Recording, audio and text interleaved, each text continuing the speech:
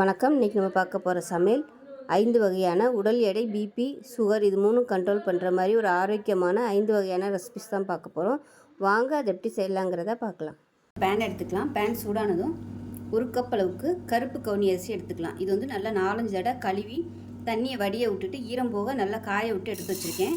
இப்போ இதை சேர்த்துக்கலாம். இப்போ இது வந்து நல்லா வறுத்து எடுத்துக்கலாம். அரிசி நல்லா பொரிஞ்சு வரணும், அந்த அளவுக்கு நல்லா வறுத்து எடுத்துக்கலாம். இப்போ பாருங்கள், அரிசி வந்து நல்லா அப்படியே வதக்கிது பாருங்கள். இந்த ஸ்டேஜில் அமர்த்திடலாம். அமர்த்திட்டு வேறு பிளேட்டுக்கு மாற்றிக்கலாம். இப்போ எந்த கப்பில் எடுத்தோமோ அதே கப்பில் 1/4 கப் அளவுக்கு கொள்ளு சேர்த்துக்கலாம். இதையும் வறுத்துக்கலாம். இதுவும் லேசாக கழுவிட்டு தண்ணியை வடிய விட்டுட்டு நல்லா காய விட்டு எடுத்து வச்சுருக்கிறேன். இதுவும் நல்லா வெடிக்கும், கலர் மாதிரி, அந்த அளவுக்கு வறுத்துக்கலாம். இப்போ பாருங்கள், கொள்ளு வெடிக்க ஆரம்பிக்குது. இந்த ஸ்டேஜ் வரைக்கும் வறுக்கணும், அப்போ தான் நல்லாயிருக்கும். இப்போ பாருங்கள், கலரும் மாறிடுச்சு, அதே சமயம் வெடிக்க ஆரம்பிச்சிச்சு. இப்போ இதையும் வேறு பிளேட்டுக்கு மாற்றிக்கலாம். இப்போ அதே கப்பில் 1/4 கப் அளவுக்கு கடலைப்பருப்பு சேர்த்துக்கலாம். 1/4 கப் அளவுக்கு உளுந்து சேர்த்துக்கலாம். இப்போ இதில் ரெண்டையுமே நல்லா பொன்னிறமாக வறுத்துக்கலாம். இப்போ பாருங்கள், நல்லா சிவந்து வந்துருச்சு. இந்த ஸ்டேஜில் இதையும் வேறு பிளேட்டுக்கு மாற்றிக்கலாம். இப்போ அதே கப்பில் 1/4 கப் அளவுக்கு கொத்தமல்லி விதை எடுத்துக்கலாம். இதுவும் வந்து உடம்பு குறைக்கிறதுக்கு ஹெல்ப் பண்ணும். இப்போ இது கூடவே ஒரு 1/4 டேபிள் ஸ்பூன் அளவுக்கு சீரகம் சேர்த்துக்கலாம். அதே 1/4 டேபிள் ஸ்பூன் அளவுக்கு மிளகு. இப்போ இது எல்லாத்தையுமே நல்லா வறுத்துக்கலாம். இப்போ வர கொத்தமல்லி எல்லாமே நல்லா வதங்கிருச்சு, நல்லா ஃப்ளேவர் வருது. இப்போ இதையும் வேறு பிளேட்டுக்கு மாற்றிக்கலாம். இப்போ ஒரு 2 டீஸ்பூன் அளவுக்கு எண்ணெய் விட்டுக்கலாம். பூண்டு வந்து நல்லா வறுக்கணும், அதனால் எண்ணெய் வந்து கொஞ்சம் விட்டுக்கலாம். 10 பல் பூண்டு, பெரிய பல்லாக 10 பல் பூண்டு நச்சு வச்சுருக்கேன், இதை சேர்த்துக்கலாம். அது நல்லா சிவந்து வரணும், அதுக்காக தான் எண்ணெய் வந்து விட்டுருக்கேன். நல்லா மொறுன்னு வரணும், அப்போ தான் உங்களுக்கு பொடி அரைக்கையில் நல்லா அரைப்படும், சீக்கிரமாகவும் கெட்டு போகாது. இப்போ பார்த்திங்கன்னா பூண்டு ஓரளவுக்கு நல்லா வதங்கிருச்சு. இந்த ஸ்டேஜில் 10 வரமிளகாய் எடுத்திருக்கேன், காரத்துக்கு தகுந்த மாதிரி சேர்த்துக்கோங்க. அதே மாதிரி 1 கப் அளவுக்கு நல்லா கழுவி க்ளீன் பண்ணி ஈரம் இல்லாத கருவேப்பிலையை சேர்த்துக்கலாம். கருவேப்பிலையும் உடம்புல உள்ள நச்சுக்களை வெளியேற்றும், அதே மாதிரி சுகர், ப்ரெஷர் எல்லாத்தையுமே நல்லா குறைக்கும். இப்போ இந்த ஸ்டேஜில் நம்ம பூண்டு வந்து நல்லா வறுபட்டதுக்கப்புறமா சேர்த்தோம்னா மிச்சம் இருக்கிற அந்த பூண்டும் நல்லா வறுபட்டுரும். அதே சமயம் வரமிளகாயும் நல்லா வறுபட்டுரும், கருவேப்பிலையும் நல்லா மொறுன்னு ஆயிரும். முதல்ல எல்லாத்தையும் சேர்த்தோம்னா ரொம்ப கருகி போயிடும். அதனால் பூண்டு வந்து கொஞ்சம் ஒரு 3/4 போதும். நல்லா மொறுன்னு வந்ததுக்கப்புறமா வரமிளகாயும் கருவேப்பிலையும் சேர்த்துக்கலாம். இப்போ எல்லாமே நல்லா மொறுன்னு வந்துருச்சு. இதையும் வேறு பிளேட்டுக்கு மாற்றிக்கலாம். இப்போ இது கூடவே நல்லா 1 டீஸ்பூன் போல் பெருங்காயத்தூள் சேர்த்துக்கலாம். 1 டேபிள் ஸ்பூன் கல்லுப்பு சேர்த்துக்கலாம். கட்டி பெருங்காயமாக இருந்துச்சுன்னா முதலே வந்து நீங்கள் எண்ணெயில் போட்டு தனியாக வறுத்து எடுத்துக்கோங்க. இது தூள் பெருங்காயங்கிறதுனால நான் கடைசியாக சேர்த்துக்கேன். இப்போ கேஸ் அமர்த்திடலாம். அமர்த்திட்டு வேறு பிளேட்டுக்கு மாற்றிக்கலாம். மாற்றிட்டு நல்லா ஆறுனதுக்கப்புறம் நல்லா நைஸாக பொடிச்சிட்டு பார்க்கலாம். இப்போ இதில் 1/4 கப் அளவுக்கு எள்ளு சேர்த்துக்கலாம். இப்போ இதுவும் நல்லா பொரிஞ்சு வர அளவுக்கு வறுத்து விட்டுக்கலாம். எள்ளு வந்து சுகர் லெவல் கண்ட்ரோல் பண்ணுவோம். நல்லா எள்ளு நல்லா வெடிக்க ஆரம்பிக்குது. இப்போ இதையும் வேறு பிளேட்டுக்கு மாற்றிக்கலாம். இப்போ பாருங்கள், பொடி வந்து ரெடி ஆயிடுச்சு. நல்லா வாசனையான கருப்பு கவுனி அரிசி, கொள்ளு எல்லாம் போட்டு இட்லி பொடி ரெடி ஆயிடுச்சு. இது இட்லிக்கு மட்டும் இல்லை, சாதத்தில் போட்டு பரட்டியும் சாப்பிட்லாம், நெய் போட்டு சாப்பிட்லாம், இல்லை நல்லெண்ணெய் போட்டு சாப்பிட்லாம். பசங்களுக்கு வந்து மினி இட்லியாக செஞ்சுட்டு இந்த பொடியை போட்டு பரட்டியும் கொடுக்கலாம், நல்லாயிருக்கும். ஸோ சுகர் பேஷண்ட்டாக இருக்கிறவங்க தாராளமாக அந்த பொடியை வந்து நீங்கள் ட்ரை பண்ணலாம், அருமையாக இருக்கும். சுகரில் ரத்த ஓட்டத்தை வந்து நல்லா சீர் பண்ணும். கருவேப்பிலையெல்லாம் சேர்த்துக்கிறதுனால ரத்த ஓட்டம் வந்து நல்லா சீராக இருக்கும், சுகர் கண்ட்ரோல் பண்ணும். வெயிட் லாஸ் பண்ணணும்னு நினைக்கிறவங்க வந்து தாராளமாக அதை ட்ரை பண்ணி பார்க்கலாம். அருமையான இட்லி பொடி ரெடி ஆயிடுச்சு. எப்பயும் போல் பண்ணாமல் இது மாதிரி டிஃப்ரெண்ட்டாக செஞ்சு பாருங்கள். அடிக்கடி இதே மாதிரி இட்லி பொடி செய்வீங்க, அவ்வளோ சூப்பராக இருக்கும். ஸோ செஞ்சு பாருங்கள். செஞ்சு பார்த்துட்டு எப்படி வந்துச்சுங்கிறத சொல்லுங்கள். வீடியோ பிடிச்சிச்சுன்னா லைக் பண்ணுங்கள், கமெண்ட் பண்ணுங்கள், சேனலை சப்ஸ்கிரைப் பண்ணுங்கள், பக்கத்தில் உள்ள பெல் பட்டனையும் ப்ரெஸ் பண்ணுங்கள். நன்றி. பேன் எடுத்துக்கலாம். பேன் சூடானதும் ஏதாவது ஒரு கப்பு வந்து அளந்து எடுத்துக்கோங்க. நான் வந்து இந்த கப்பில் எடுத்திருக்கேன். நல்லா 1 கப் அளவுக்கு கருப்பு கவுனி அரிசி எடுத்திருக்கேன். இது வந்து நல்லா வறுத்துக்கலாம். வறுத்துட்டு கஞ்சி பண்ணோம்னா வலுவலுப்பு வந்து கம்மியாக இருக்கும், டேஸ்ட்டும் நல்லாயிருக்கும். நீங்கள் வந்து வறுக்காமையும் பண்ணலாம். நான் வந்து இன்றைக்கி வறுத்து தான் பண்ணுறேன். இது கூடவே எந்த கப்பில் அரிசி எடுத்தோமோ அதே கப்பில் 1/2 கப் அளவுக்கு பச்சை பயிறு சேர்த்துக்கலாம். ஸோ இந்த அளவுக்கு மட்டும் சேர்த்திங்கன்னா போதும், சரிக்கு சமமாக சேர்க்கணும்னு அவசியம் இல்லை. இது ரெண்டுமே நல்லா வறுபடட்டும். இப்போ பாருங்கள், அரிசி நல்லா வெடிக்க ஆரம்பிச்சிருச்சு, பச்சை பயிரும் நல்லா வறுபட்டுருச்சு. இப்போ கேஸ் அமர்த்திட்டு வேறு பிளேட்டுக்கு மாற்றிக்கலாம். இப்போ இதை 2-3 தடவை கழுவிட்டு வந்துட்டு பார்க்கலாம். இப்போ நல்லா 2-3 தடவை கழுவிட்டேன். இப்போ தண்ணி ஊற்றி நல்லா ஒரு நாள் நைட்டு வந்து ஊற விட்டுக்கலாம். நல்லா ஒரு 8 மணி நேரம் ஊறட்டும். இப்போ நான் வந்து காலையில் செய்ய போகிறேன். அதனால் நைட்டுக்கு வந்து நான் நல்லா வறுத்துட்டு ஊற வச்சுருக்கேன். காலையில் பார்க்கலாம்.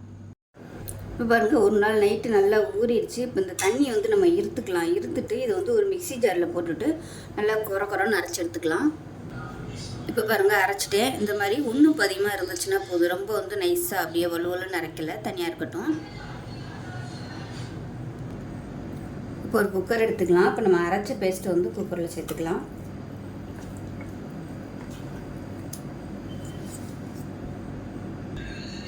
இப்போ எந்த கப்பில் நம்ம அரிசி அளந்தோமோ அதே கப்பில் நல்லா ஒரு 6லேருந்து 7 டம்ளர் அளவுக்கு, அதாவது 7 கப் அளவுக்கு தண்ணி சேர்த்துக்கலாம். 7 கப் அளவுக்கு தண்ணி சேர்த்துருக்கேன். இப்போ மிக்ஸி அலசிட்டு அந்த தண்ணியை சேர்த்துக்கிறேன். இது சும்மா ஒரு 1/2 கப் அளவுக்கு இருக்கும். இப்போ இதில் 1 டீஸ்பூன் போல் சீரகம் சேர்த்துக்கலாம்.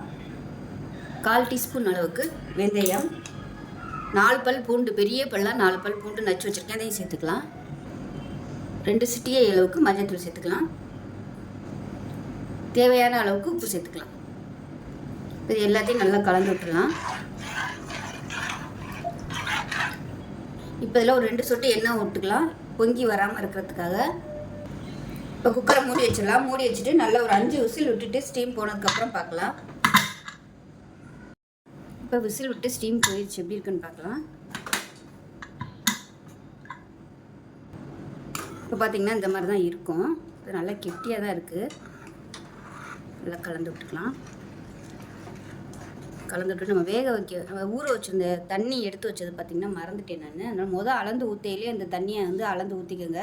நான் வந்து இப்போ சேர்க்குறேன். ஏன்னா இது வந்து கொஞ்சம் கெட்டியாக தான் இருக்குது. அதனால் வந்து அந்த தண்ணி அப்படியே சேர்த்துட்டேன். இப்போ கலந்துட்டு இப்போ நம்ம கொதிக்க விட்டுக்கலாம். ஏன்னா நம்ம ஊற வச்ச தண்ணி வந்து சூடாக இல்லை, அதனால் இப்போ கொதிக்க விட்டுக்கலாம். நல்லா கொதிக்கட்டும். கொதித்ததுக்கப்புறமா நம்ம கடைசியாக தேங்காய் பால். இப்போ பாருங்கள், நல்லா கொதிச்சிருச்சு. கேஸ் அமர்த்திடலாம். அமர்த்திட்டு ஒரு தடவை நல்லா மிக்ஸ் பண்ணி விட்டுட்டு தேங்காய் பால், கெட்டியான தேங்காய் பால் நல்லா ஒரு 2 கப்பு வர மாதிரி எடுத்து வச்சுருக்கேன். இந்த தேங்காய் பாலை சேர்த்துக்கலாம். கேஸ் அமர்த்திட்டு சேர்த்துக்கோங்க. கொதிக்க விடணும்னு அவசியம் இல்லை. இப்போ கலந்து விட்டுலாம். அவ்வளோதான், குடிக்கிறதுக்கு ரெடி ஆயிடுச்சு. கருப்பு கவுனி அரிசி பச்சை பயிர் கஞ்சி. ஸோ ரொம்ப ஆரோக்கியமான ஒரு ரெசிபி. செஞ்சு பாருங்கள். செஞ்சு பார்த்துட்டு எப்படி வந்துச்சுங்கிறத சொல்லுங்கள். வீடியோ பிடிச்சிச்சுன்னா லைக் பண்ணுங்கள், கமெண்ட் பண்ணுங்கள், சேனலை சப்ஸ்கிரைப் பண்ணுங்கள், பக்கத்தில் உள்ள பெல் பட்டனையும் ப்ரெஸ் பண்ணுங்கள். நன்றி. இப்போ ஒரு பேன் எடுத்துக்கலாம். பேன் சூடானதும் ஏதாவது ஒரு கப்பில் வந்து அளந்துக்கோங்க. நான் வந்து இந்த சின்ன கப்பில் எடுத்திருக்கேன். அதாவது இது மெஷரிங் கப்பில் 1/4 கப் அளவுள்ள கப்பு. இந்த கப்பில் 1 கப் அளவுக்கு எடுத்திருக்கேன். இதை சேர்த்துக்கலாம். சேர்த்துட்டு நல்லா வாசனை வரும், அதே சமயம் கலர் மாறும். அந்த அளவுக்கு நல்லா வறுத்து எடுத்துக்கலாம். இப்போ பாருங்கள், நல்லா செவந்துருச்சு. அதே சமயம் நல்ல ஒரு வாசனை வருது. நம்ம பச்சை பயிரெலாம் வறுத்தா வாசனை வருது, அந்த மாதிரி நல்ல வாசனை வருது. இதை வேறு பிளேட்டுக்கு மாற்றிக்கலாம். இப்போ எந்த கப்பில் எடுத்தோமோ அதே கப்பில் 1 கப் அளவுக்கு கொள்ளு எடுத்துக்கலாம். இதுவும் நல்ல வாசனை வர அளவுக்கு வறுத்துக்கலாம். இப்போ இது கூடவே சும்மா ஒரு 1/4 டீஸ்பூன் போல் சீரகம் சேர்த்துக்கலாம். சீரகமும் சுகர் லெவல் கண்ட்ரோல் பண்ணுறதுல நல்ல ஒரு முக்கியமான பங்கு இருக்குது. அதனால் சீரகம் சேர்த்துக்கலாம். உடம்புல உள்ள கழிவுகளையும் சீரகம் வந்து எடுத்துடும், நச்சுக்களை. கொள்ளு நல்லா வறுபட்டதும் இந்த சீரகத்தை சேர்த்து வறுத்துக்கலாம். கொள்ளு நல்லா சிவந்து வந்துருச்சு. இதை வேறு பிளேட்டுக்கும் மாற்றிக்கலாம். இப்போ இது நல்லா ஆறட்டும். ஆறுனதுக்கப்புறம் மிக்ஸி ஜாரில் போட்டு நல்லா அரைச்சிட்டு பார்க்கலாம். இப்போ பாருங்கள், மிக்சியில் போட்டு நல்லா அரைச்சாச்சு. லைட்டாக வந்து குறன்னு இருக்கணும். ரொம்ப அப்படியே பவுடர் மாதிரி இல்லை, லேசாக அது தட்டுற மாதிரி இருக்குது. இந்த அளவுக்கு அரைச்சிங்கன்னா போதும். இப்போ நம்ம அரைச்ச பொடியிலேருந்து 1 கப் அளவுக்கு சேர்த்துக்கலாம். இப்போ எந்த கப்பில் எடுத்தோமோ அதே கப்பில் 6 கப் அளவுக்கு தண்ணி சேர்த்துக்கலாம். ஏன்னா அது ரெண்டுமே பருப்பு ஐட்டம், அதனால் நல்லா கெட்டி ஆகிட்டே வரும். 6 கப்பு ஊற்றிருக்கேன்.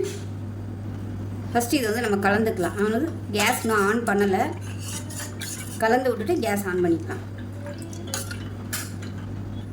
கொஞ்சம் நல்லா கலந்தாச்சு. கேஸ் ஆன் பண்ணிட்டேன். கொஞ்சம் சூடு ஏறுற வரைக்கும் கைவிடாமல் கிளறிட்டே இருக்கலாம், இல்லைன்னா அடியில் வந்து அப்படியே செட் ஆயிரும். இது வந்து இன்னும் திக்காக தான் இருக்குது, அதனால் இன்னும் கொஞ்சம் 1 கப் அளவுக்கு தண்ணி சேர்த்துக்கிறேன். இப்போ இந்த கஞ்சிக்கு தேவையான உப்பு சேர்த்துக்கலாம். கல் உப்பு தான் சேர்க்குறேன். இப்போ பாருங்கள் கொதிக்க ஆரம்பிக்குது. லைட்டாக அப்படியே நுர கட்டி வருது பாருங்கள். இந்த ஸ்டேஜில் அடுப்பு நல்லா சிம்மில் விட்டுருங்க. சிம்மில் விட்டுட்டு மிதமான தீயில் நல்லா கொதிக்கட்டும். ரொம்ப நேரம் கொதிக்க விடணும்னு அவசியம் இல்லை. ஏன்னா நம்ம நல்லா வறுத்துட்டோம். அதிலே பாதி வேக்காடு வந்து 3/4 வெந்துடும். ஜஸ்ட் நம்ம கொஞ்சம் 1 நிமிஷம் கொதிக்க விட்டாலே போதும். இப்போ இதில் ஒரே ஒரு பூண்டு பல் வந்து தட்டிட்டு சேர்த்துக்கலாம். பூண்டு ஃப்ளேவர் பிடிக்கும்னா சேர்த்துக்கோங்க, இல்லைன்னா விட்டுலாம். சேர்த்திங்கன்னா நல்லது. கொலஸ்ட்ரால்லாம் நல்லா கண்ட்ரோல் பண்ணும். பூண்டு சேர்த்து நல்லா கொதிக்க விட்டாச்சு. இப்படி ஷைனிங்காக வந்துருச்சு. இந்த ஸ்டேஜில் அமர்த்திடலாம். இப்போ இது வந்து ஆறட்டும். ஆறுனதுக்கப்புறம் தயிர் கலந்துக்கலாம். இப்போ இது கொஞ்சம் ஆறிடுச்சு. இப்போ இது வந்து நம்ம தயிர் சேர்த்துக்கலாம். தயிர் வந்து உங்களோட விருப்பம் தான். எவ்வளோ சேர்க்குறீங்களோ அந்த அளவுக்கு டேஸ்ட்டு நல்லாயிருக்கும். இப்போ நல்லா கலந்து விட்டுடலாம். நான் இன்றைக்கி வெறும் தயிர் மட்டும்தான் சேர்த்துருக்கேன். இந்த தயிரோட சின்ன வெங்காயம், பச்சை மிளகா, இஞ்சி, கொத்தமல்லி, கருவேப்பிலை, கொஞ்சம் பெருங்காயம் எல்லாம் போட்டு மிக்சியில் போட்டு அடிச்சுட்டு இதோட கலந்திங்கனாலும் இன்னுமே சூப்பராக இருக்கும். சின்ன வெங்காயமும் உங்களுக்கு நல்ல சுகர் கண்ட்ரோல் பண்ணும். இன்சுலின் உற்பத்தி வந்து அதிகரிக்கும். ஸோ உங்களோட விருப்பம் தான். தயிருக்கு பதிலாக தேங்காய் பால் சேர்க்குறனாலும் சேர்த்துக்கலாம். உங்களோட எது சாப்பிட உங்களுக்கு பிடிச்சிருக்கோ நீங்கள் அதைப்படி செஞ்சுக்கலாம். ஸோ காலையில் பிரேக்ஃபாஸ்ட்டுக்கு பதிலாக இது வந்து ஒரு 2 கப்பு குடிச்சிங்கன்னா உங்களுக்கு நல்ல வயிறு ஃபில்லிங்காக இருக்கும். ரொம்ப நேரத்துக்கு பசி தாங்கும். அதே சமயம் நல்ல எனர்ஜி கொடுக்கும். சுகர் லெவல் வந்து நல்லா கண்ட்ரோல் பண்ணும். தொடர்ந்து ஒரு 3 மாதம் இந்த கஞ்சி வந்து குடிச்சிட்டு வந்துட்டு டெஸ்ட் பண்ணி பாருங்கள். சுகர் லெவல் நல்ல கண்ட்ரோலாகவே இருக்கும். ஸோ செஞ்சு பாருங்கள். செஞ்சு பார்த்துட்டு எப்படி வந்துச்சுங்கிறத சொல்லுங்கள். வீடியோ பிடிச்சிச்சுன்னா லைக் பண்ணுங்கள், கமெண்ட் பண்ணுங்கள், சேனலை சப்ஸ்கிரைப் பண்ணுங்கள், பக்கத்தில் உள்ள பெல் பட்டனையும் ப்ரெஸ் பண்ணுங்கள். நன்றி. பார்க்கலாம். ஒரு பேன் எடுத்துக்கலாம். பேன் சூடானதும் இது மாதிரி ஒரு சின்ன கப்பில் பார்லி அரிசி எடுத்திருக்கேன். இது வந்து 50 கிராம் அளவு. இது நான் வந்து 2-3 தடவை கழுவிட்டு நல்லா காய விட்டு எடுத்து வச்சுருக்கேன். ஊற வைக்கணும்னு அவசியம் இல்லை. அழுக்கு போக கழுவிட்டு வடிகட்டியில் நல்லா வடியை விட்டுட்டு ஒரு துணியில் பரப்பி விட்டுட்டிங்கன்னா நல்லா உங்களுக்கு இந்த மாதிரி காஞ்சிடும். இல்லைன்னா வெயிலில் கூட நீங்கள் எடுத்து வச்சுக்கலாம் காய போட்டு. இப்போ வந்து வறுத்து எடுத்துக்கலாம். பார்லி அரிசியில் மாவு மாதிரி வந்துக்கிட்டே இருக்கும். அதனால் நல்ல ஒரு 4-5 தடவைனாலும் கழுவணும். கழுவிட்டு ஒரு வடிகட்டியில் போட்டிங்கன்னா தண்ணி வடிஞ்சிடும். அதுக்கப்புறமா நிழல்லையோ இல்லை வெயிலையோ கூட நல்லா காய போட்டு எடுத்து வச்சுட்டிங்கன்னா உங்களுக்கு வண்டு வராது. நம்ம தேவையான போது டக்குன்னு எடுத்து போட்டுடலாம். கழுவணுங்கிற அவசியம் இருக்காது. இப்போ இது வந்து நல்லா சிவந்து வரணும். அந்த அளவுக்கு வறுத்துக்கலாம். இப்போ பாருங்கள் நல்லா சிவக்க ஆரம்பிச்சிருச்சு. இன்னுமே நல்லா சிவக்கணும். நல்லா கொஞ்சம் லைட்டாக ப்ரௌன் கலரில் வர அளவுக்கு சிவக்க விட்டு வறுத்து எடுத்துக்கணும். அப்போ தான் அந்த ஃப்ளேவர் வந்து நல்லா கிடைக்கும். இப்போ இது கூடவே 1 டீஸ்பூன் அளவுக்கு சோம்பு சேர்த்துக்கலாம். அதே போல் ஒரு 4 ஏலக்காய் சேர்த்துக்கலாம். இது எல்லாத்தையும் நல்லா வறுத்துக்கலாம். இப்போ பாருங்கள் நல்லா சிவந்து வந்துருச்சு. இந்த ஸ்டேஜில் அமர்த்திடலாம். அமர்த்திட்டு ஆறுனதுக்கப்புறமா மிக்ஸி ஜாரில் சேர்த்து நல்லா குறைன்னு அரைச்சிக்கலாம். ரொம்ப நைஸாக அரைக்கக்கூடாது. கேஸ் அமர்த்திட்டு அந்த கடாயிலே அப்படியே வச்சிடாதீங்க. சூட்டுக்கே ரொம்ப கருகி போயிடும். அதனால் வறுத்து முடிச்சதுக்கப்புறமா அது மாதிரி மிக்ஸி ஜாரில் சேர்த்துட்டு ஆறுனதுக்கப்புறம் நல்லா அரைச்சிட்டு பார்க்கலாம். இப்போ பாருங்கள் வறுத்து வச்சுருந்த பார்லி, சோம்பு, ஏலக்காய் அது 3மே நல்லா பொடிச்சிட்டே நல்ல வாசனையாக இருக்குது. இப்போ ஒரு சாஸ்பேன் எடுத்துக்கலாம். இதில் வந்து 2 கப் அளவுக்கு தண்ணி, அதாவது 2 டம்ளருக்கு தண்ணி சேர்த்துக்கலாம். இது வந்து கரெக்டாக 200 ml கரெக்டாக பிடிக்கும். இப்போ தண்ணி சூடாகட்டும்.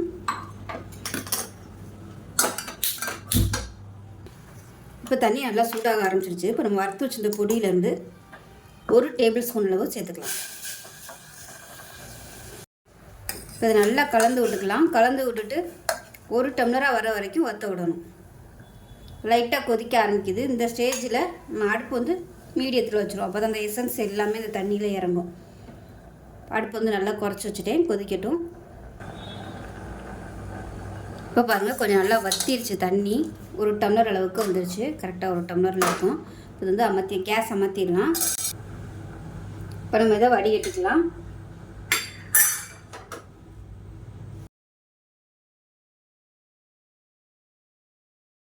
லெமன் ஜூஸ் பிழிஞ்சுக்கலாம், தேன் கலந்துக்கலாம். உங்களோட விருப்பம் தான். ஸோ வெயிட் லாஸ் பண்ணுறதுக்கு ரொம்ப ஹெல்ப்ஃபுல்லாக இருக்கும். கொலஸ்ட்ராலையும் நல்லா குறைக்கணும்னு நினைக்கிறவங்களுக்கு ஒரு அருமையான டீ இது. இது வந்து உங்களுக்கு எப்போ விருப்பமோ நீங்கள் அந்த டைம் எடுத்துக்கலாம். காலைல வெறும் வயிற்றுல எடுத்துக்கலாம், நைட்டு படுக்க போகும்போதும் எடுத்துக்கலாம்.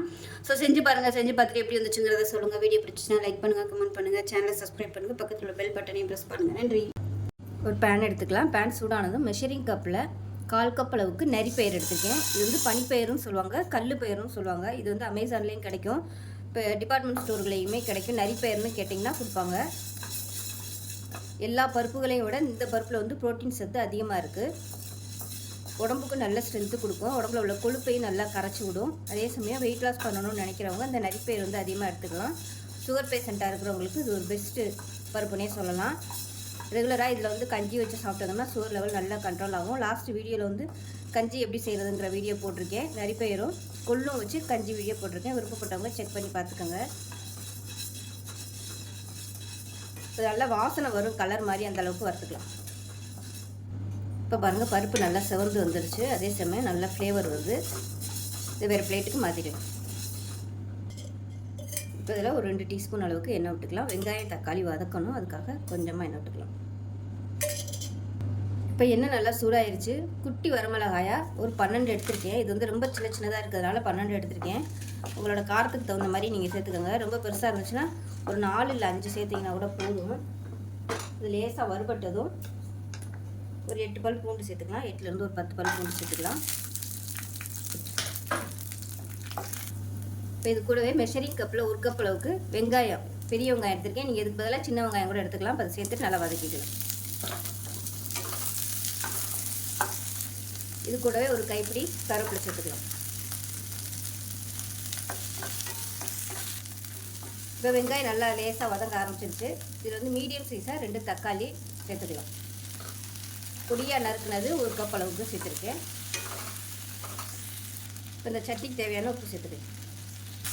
இந்த வெங்காயம் தக்காளி எல்லாமே நல்லா வதங்கிடுச்சு. இப்போ கேஸ் அமர்த்திட்டு மெஷரிங் கப்பில் 1/4 கப் அளவுக்கு துருவன தேங்காய் சேர்த்துக்கலாம். இந்த சூட்லேயே இது வதங்கிடும். இது நல்லா ஆறட்டும். ஃபஸ்ட்டு வந்து மிக்ஸி ஜாரில் இந்த பருப்பு வந்து நல்லா அரைச்சிட்டு வந்துடலாம். அதாவது நரிப்பயிரை வந்து அரைச்சிட்டு வந்துடலாம். முதல்ல எல்லாத்தையும் சேர்த்தோம்னா அரைப்படாது, அதனால ஃபஸ்ட்டு இது வந்து அரைச்சிக்கலாம். இப்போ அரைச்சாச்சு. இப்போ நம்ம வதக்கி வச்சுருக்கிற இந்த வெங்காயம் தக்காளி இதை வந்து சேர்த்துக்கலாம். இப்போ வதக்குனதை மிக்ஸி ஜாரில் சேர்த்துட்டு அதை கொஞ்சமாக தண்ணி விட்டுட்டு நல்லா நைஸாக அரைச்சிக்கலாம். இப்போ பாருங்கள் சட்னி நல்லா நைஸாக அரைச்சாச்சு. ஸோ இது வந்து தண்ணியாக வச்சுக்கிறதுனாலும் தண்ணியாக அரைச்சிக்கலாம், கெட்டியாக வச்சுக்கிறதுனாலும் கெட்டியாக அரைச்சிக்கலாம். இதை விட கெட்டியாக அரைச்சிங்கன்னா இது வந்து துவையலாகவும் யூஸ் பண்ணிக்கலாம். இப்போ மிக்ஸி ஜார் அலசிட்டு அதை அப்படியே சேர்த்துக்கலாம். இப்போ பாருங்கள் கடுகு கருவேப்பிலை பெருங்காயம் போட்டு தாளிச்சில் சேர்த்துக்கலாம். நல்லா கலந்துக்கலாம். இப்போ நமக்கு அருமையான நரிப்பயிறு சட்னி ரெடி ஆயிடுச்சு. இட்லி தோசை சாதம் எல்லாத்துக்குமே சூப்பராக இருக்கும். கெட்டியாக அரைச்சிங்கன்னா துவையல் மாதிரி சாதத்தில் போட்டு சாப்பிட்றதுக்கு அருமையாக இருக்கும். செஞ்சு பாருங்கள். செஞ்சு பார்த்துட்டு எப்படி வந்துச்சுங்கிறத சொல்லுங்கள். வீடியோ பிடிச்சிச்சுன்னா லைக் பண்ணுங்கள், கமெண்ட் பண்ணுங்கள், சேனலை சப்ஸ்கிரைப் பண்ணுங்கள், பக்கத்தில் உள்ள பெல் பட்டனை ப்ரெஸ் பண்ணுங்கள். நன்றி.